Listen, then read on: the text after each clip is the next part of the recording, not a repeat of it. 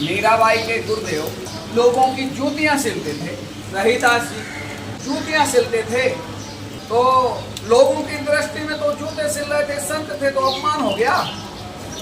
मगर वो अपनी दृष्टि में भरण पोषण करने के लिए कर्तव्य का पालन कर रहे थे कि मेरा जन्म हुआ है, उस कर्तव्य का पालन करूंगा, ना कि जूतियां का सिलना छोड़ूं। तो ब्राह्मण यात्रा करने जाते हैं तो कहते मेरी टका लेते जाओ, गंगा जी को दे देना। मगर एक बात ध्यान रखना, अगर गंगा जी हाथ निकालें तो ही देना, नहीं तो मत देना। तो गंगा जी ने अपना कंगन दे दिया कि ब्राह्मण को, संत रहीदास को दे देना, तो गंगा जी ने दिया है। तो ब्राह्मण लालची, तो रहीदास जी को ना दे के राजा को दे दिया।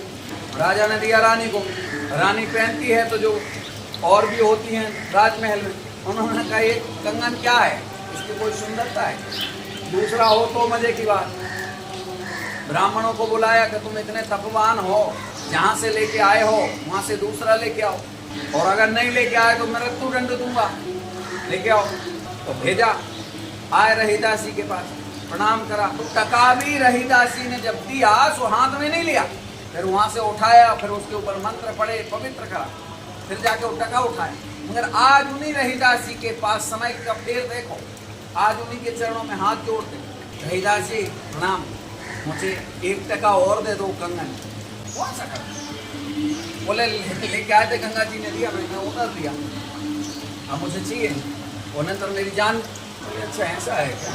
तो राजा को भेज दिया, राजा को बुलाया, सो कहा कि तो ब्राह्मण लेके आए और तो मैंने अपने जो भी मैं कमाता हूँ तो मैंने अपने हिस्से में से माँ के लिए भेंट भेजी थी और प्रणाम भेजा था, तो उन्होंने मुझे प्रसाद दिया, तो प्रसाद मुझे मिलना चाहिए ना, मगर वो प्रसाद मेरे पास ना के आपके पास आए।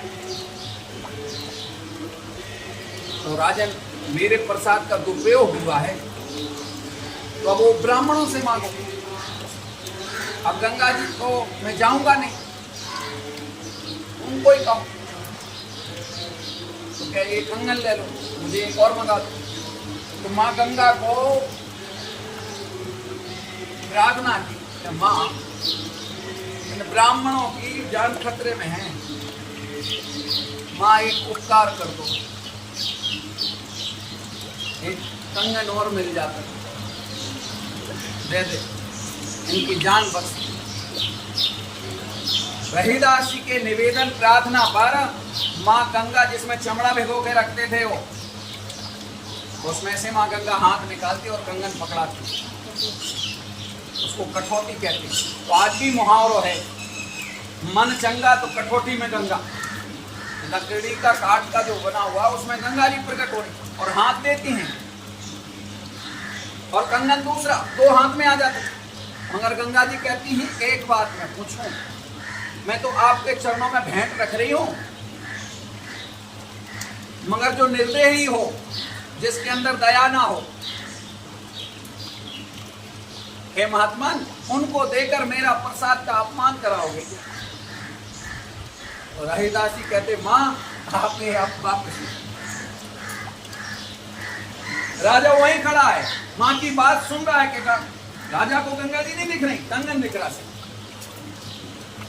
मगर माँ को माँ दिख रही है कठौती में जिसमें चमड़ा भीगा हुआ है, तो लोग चमड़ा देखते हैं, मगर माँ हृदय देखती है, माँ भक्ति देखती है, माँ तपस्या देखती है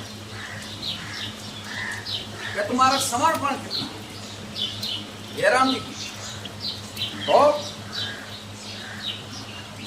रहीदास जी कहते हैं माँ ऐसा तो धरती पे मुझे कोई राजा नजर आता नहीं हो, मैं तो ब्राह्मणों को मांगने की बात करूं, तो मैं चाहता हूं इनको माफ कर दो, और माँ आप ये भेंट मेरी तरफ से आप स्वीकार।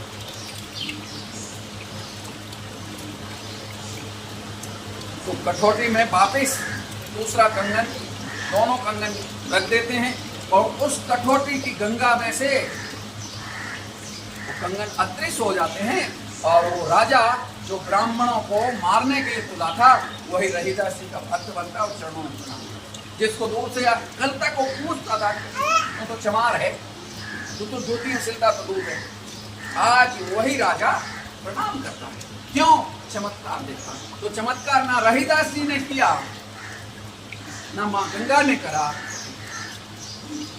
रहीदास जी की निश्चल प्रेम भक्ति, छल से रहित उस भक्ति ने मां गंगा को प्रकट करा और अगले को चमत्कार देखा।